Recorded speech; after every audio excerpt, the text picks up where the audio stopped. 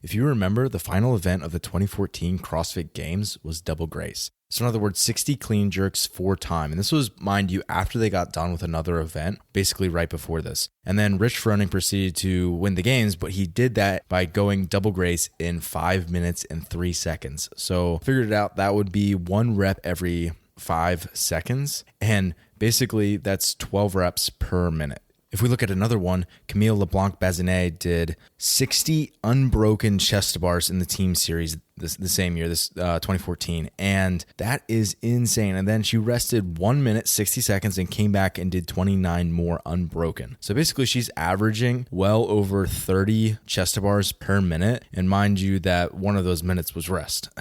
And another really good example from the 2018 CrossFit Games was Logan Collins. It was 30 ring muscle ups 4 times. He finished in 1 minute and 47 seconds. So that's like well over 15 ring muscle ups per minute. That's what we're talking about here. If you want to be fit, you have to pay your respects to the king. Movement density.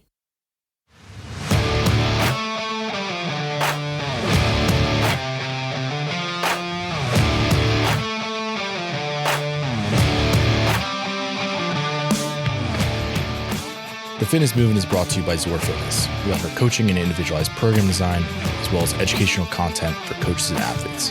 It's all one place, zorfitness.com.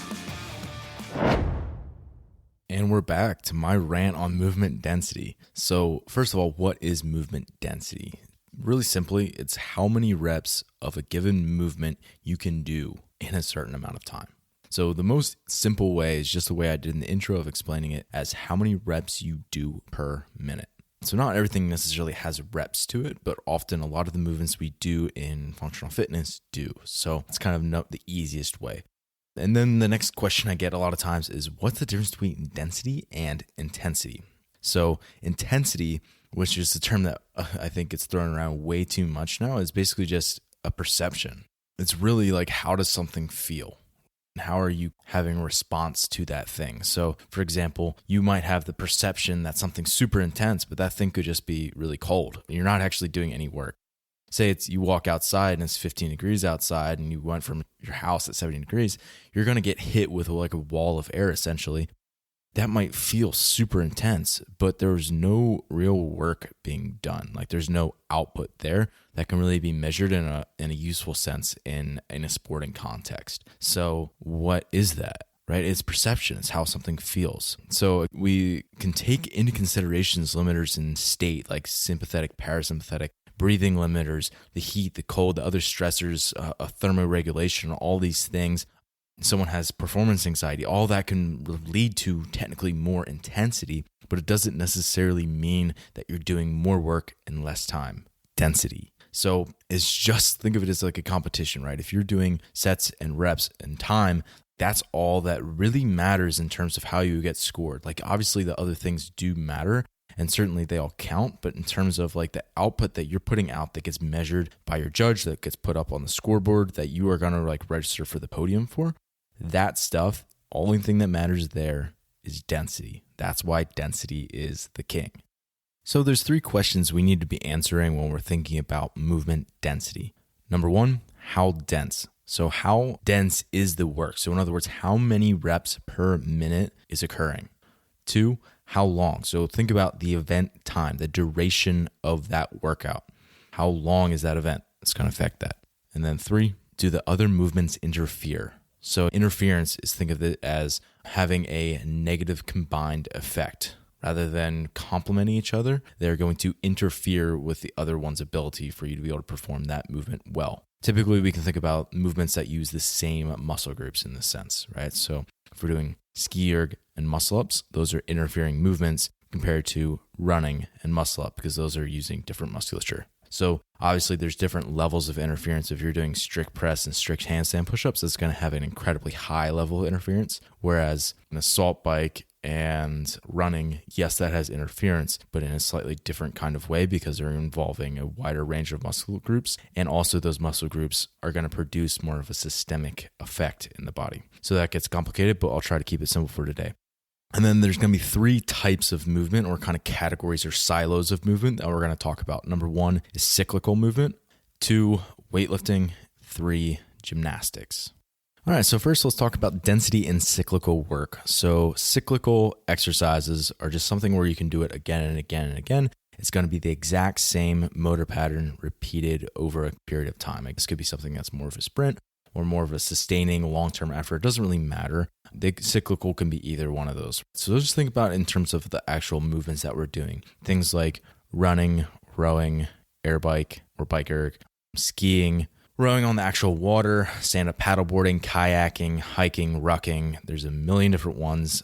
We could have Versa Climber. We could have Jacob's Ladder. There's countless different machines out there, like elliptical. There's a million. I think people often get siloed into what they actually have in their gym, and they don't think big picture in terms of the options that they could have if they actually went outside and did other things.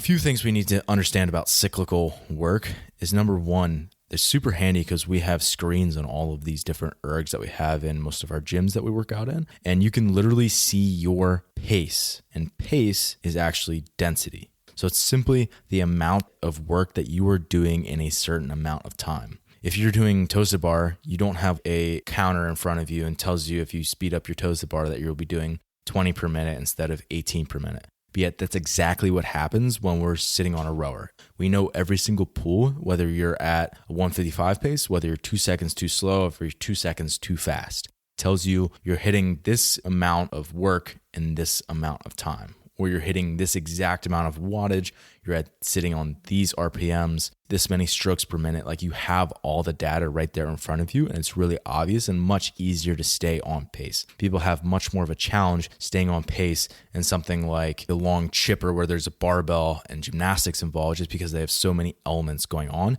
and you can't actually tell where you're at. Or if someone was like, hey, you took 7 seconds that rest break instead of 5, it'd be much easier to stay on that. And that's actually sometimes what great athletes will do in a online qualifier environment, is they'll actually have people dedicated to calling out these different metrics for them. So that way they can actually stay on track. Another way to do it is just think about kind of your breathing in between each of those breaks. I'm going to take a 5 breath break, for example. But with the cyclical work, it's really easy because all the information's just right there in front of you. Even times if, for most people, if they're running, like, you still have smartwatches, you still have a watch where they can't even check a watch if you're doing chest to bar pull-ups or something like that. But if you're running, it's pretty easy to check a watch or look at a clock or any of these metrics. As we're talking about density and cyclical work, essentially all that is your pace throughout that time domain. So this is what people refer to as like energy systems training. So all it's kind of referring to is you produce energy in different ways based on the time domain. So whatever the time domain is, it needs to be specific to your limiters.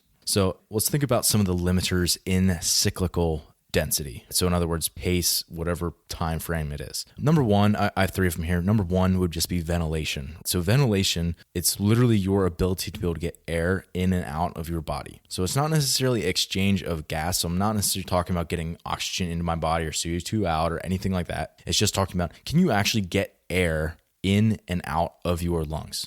And oftentimes we'll see people in cyclical environments, that becomes a limiter for them, especially if posture becomes an issue, right? So if posture becomes an issue and we see someone starting to hunch over while they're rowing, all of a sudden they can't breathe properly anymore. They're not getting full breaths, or they're not getting full inhales or exhales, and then they'll start to actually break down because of that. So even though we might have a quote engine limiter, the root cause of that is actually ventilation, but even before that would be posture. Sometimes we'll see things break down and it's not necessarily the root cause, but it is creating a limiter for that athlete. So first one would just be ventilation. Number 2 would be delivery. So that's where the exchange of those gases is actually taking place. And now it's delivery. Think about it. It's in your bloodstream. It's got to get pumped around your bloodstream. So this is basically a heart issue. So it could be an issue with stroke volume, where someone just is really occluding their muscles. So they're actually not getting blood in or out. So that was 2, is just delivery. And we get much more in depth on that later on. But 3, local oxygen consumption. This could also be an issue where they're just blowing off too much CO2, and that way they can't actually exchange oxygen, which is basically the Bohr effect. And this is just basically saying that as you're going through and consuming a lot of oxygen, say like your quads when you're on the assault bike, and you just can't take in enough oxygen because that muscle isn't used to doing that level of work over that period of time. So this is where we'll get an anaerobic environment and you'll start to feel a burn. So those are kind of the 3 layers: ventilation, delivery, and then O2 consumption locally. And then for cyclical work, the thing that we need to understand is that The reason why cyclical elements are so challenging for people mentally is because they can focus on other things and because the limiter tends to be ventilation or delivery. It doesn't tend to be O2 consumption as often. This really makes the cyclical work challenging for that person because they can see pace at all times. They want to hold to that pace. And that way, they're also not having a local fatigue where their whole systemic response is going into this. And if you don't really understand what I'm talking about, just do like a 10-minute max cal assault bike test. You'll be able to feel what I'm talking about. Breathing's going to be up. Your heart's going to be pounding out of your chest. And then eventually you'll also start to get that occlusion in your muscle towards the end of that where you're not going to be able to get blood in or out and you start to get that big leg pump, right? So those are the 3 stages there.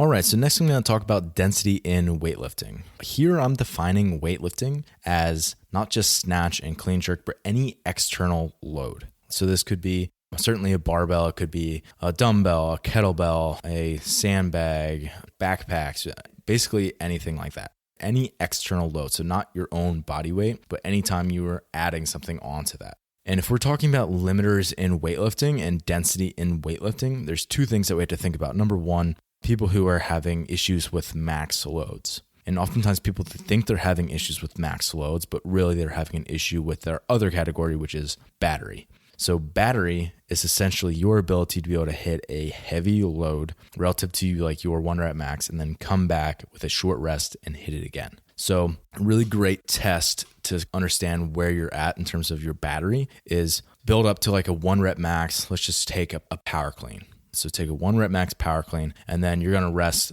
3-4 minutes and then you're going to put 90% on the bar and you're going to hit as many reps as you can for 8 minutes at 90% of your power. You'll know if you have an issue with battery and not being able to repeat that effort again and again and again quickly if you're going to get like 10 or 15 reps on that test. And for some people, they think that actually sounds great, but in reality, that's pretty terrible for a lot of CrossFit athletes and people who compete in the sport of fitness. What you'll see is people who are elite in the sport of fitness will be able to get 20, 25, 30, 35 potentially reps at 90% of their power clean over an 8-minute clock.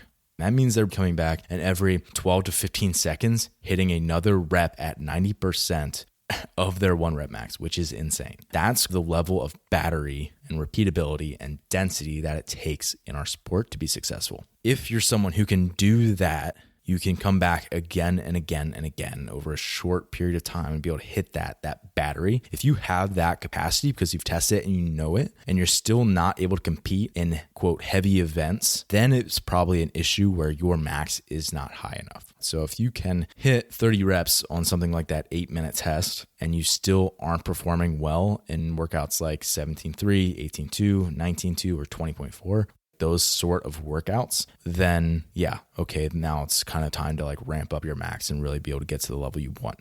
We have to also understand, is that worth it in the total context of your training? Like if you have a 8-minute 2K, probably not worth actually improving your max. Probably obviously dedicate some time to that, but we also have to have concurrent training going on during that. So a question we have to ask ourselves, is it an issue with our max or is it an issue with battery/density? A really good kind of litmus test for this is to be able to go back at your scores on like the open if you've done that or online qualifiers where you can compare against other people and be able to see on the tests that where the weight got heavy, how did I perform? Not just based on how like what was I running at max, but could I come back and hit a load that was relatively heavy and be able to do that under fatigue, under respiratory fatigue, under different types of local fatigue, all kinds of stuff. Really good examples here. 17.3. We had a chest to bar and heavy ascending squat snatches. It wasn't just could you handle lifting heavy for 1 or 2 reps. Can you do that again and again and let that weight get heavier and be able to still brace and have a tight core and be able to hit positions and still be like rigid after minutes and minutes in many heavy attempts.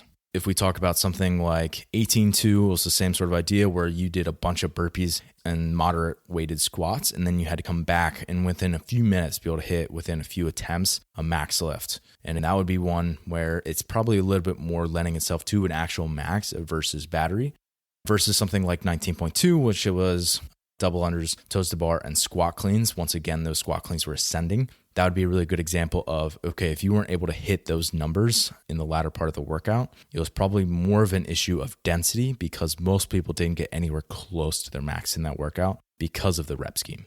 And then lastly, if you think about something like 20.4, where we're having really high interference in a workout, we can think about quads and like the step ups or box jumps. We can think about quads and the pistols. We can think about quads and the clean and jerks. So it's just quad the whole way through. Like that muscle just got completely destroyed in that workout.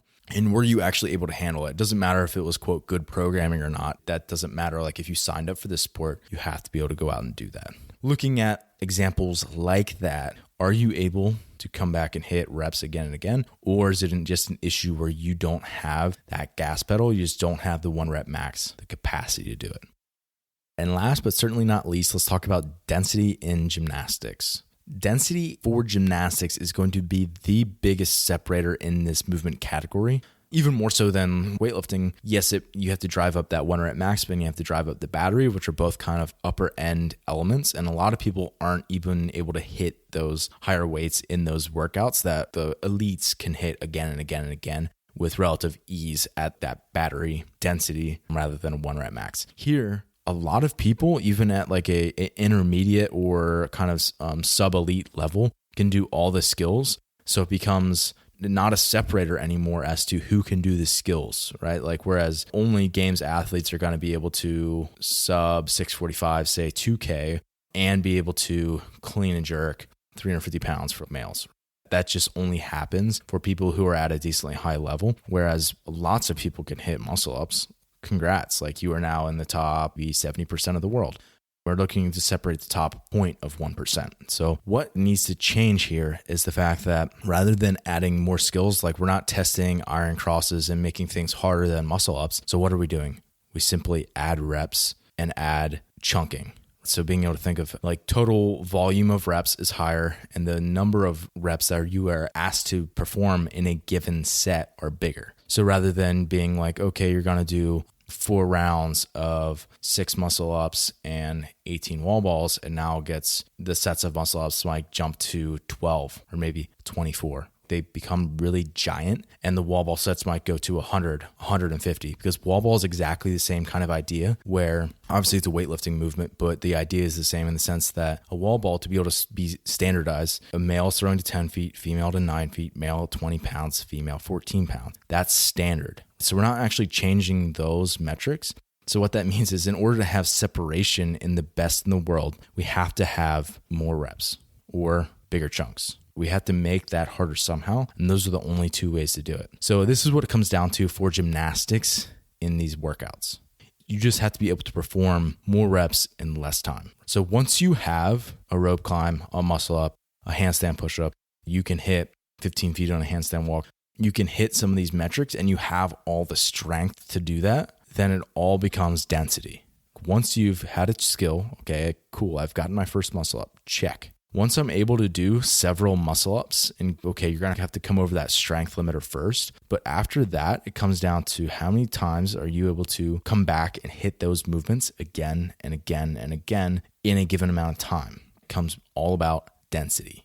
We can think of it as rather than rope climbs, you could potentially make it legless, or okay, we'll throw a pack on you, or we'll have you have a thicker rope or a longer rope. But for online qualifiers, that doesn't happen.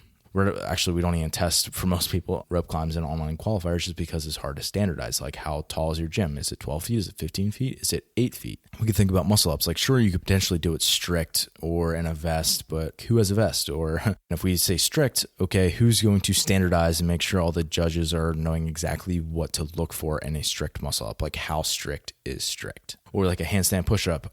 Are we going to make sure your hands are in a certain box? Or are we going to make sure they're deficit or parallel or strict? We have all these different options, but oftentimes they get thrown out because it just gets really hard to standardize and judge. So rather than doing that, we'll just stick with what we have and we'll just make you do a lot of it. This isn't right or wrong. It's just the way things are. So what this means, it means that gymnastics, especially, that's the one where it matters the most in terms of density. You have to be able to perform gymnastics density.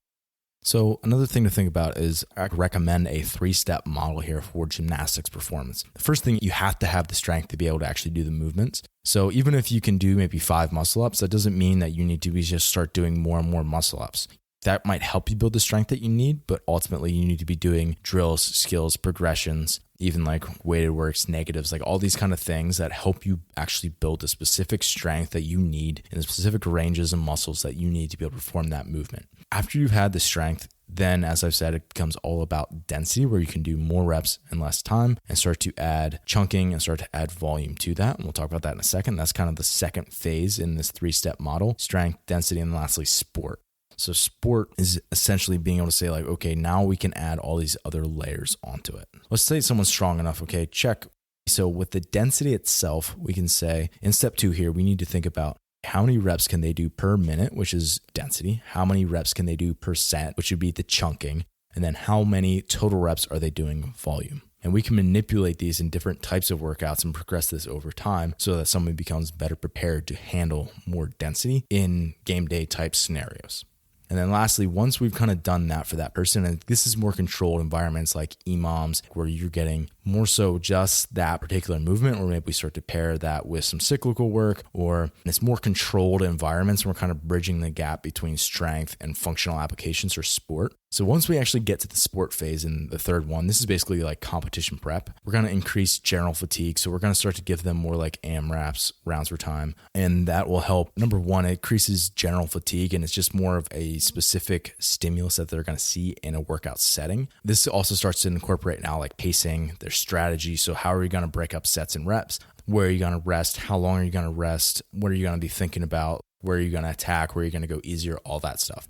This functional applications step 3 also would include controlling your state. So parasympathetic, sympathetic, being able to control anxiety, performance anxiety, just your mind state before an actual event, things like that. And then lastly, I would say this would incorporate racing. This is a big part of the sport, is like you have to race other people through, even if it's in person or online, kind of virtually, you have to be able to do that, and you have to be able to throw it down and get that done. And remember, you can't actually go to those layers unless you've mastered movement density. Thanks for listening today. If you're someone who just started listening to the show, I would encourage you to subscribe so you can stay up to date.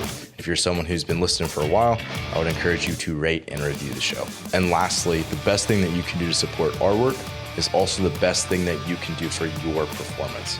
And that is by hiring one of our coaches. Until next time, stay the course.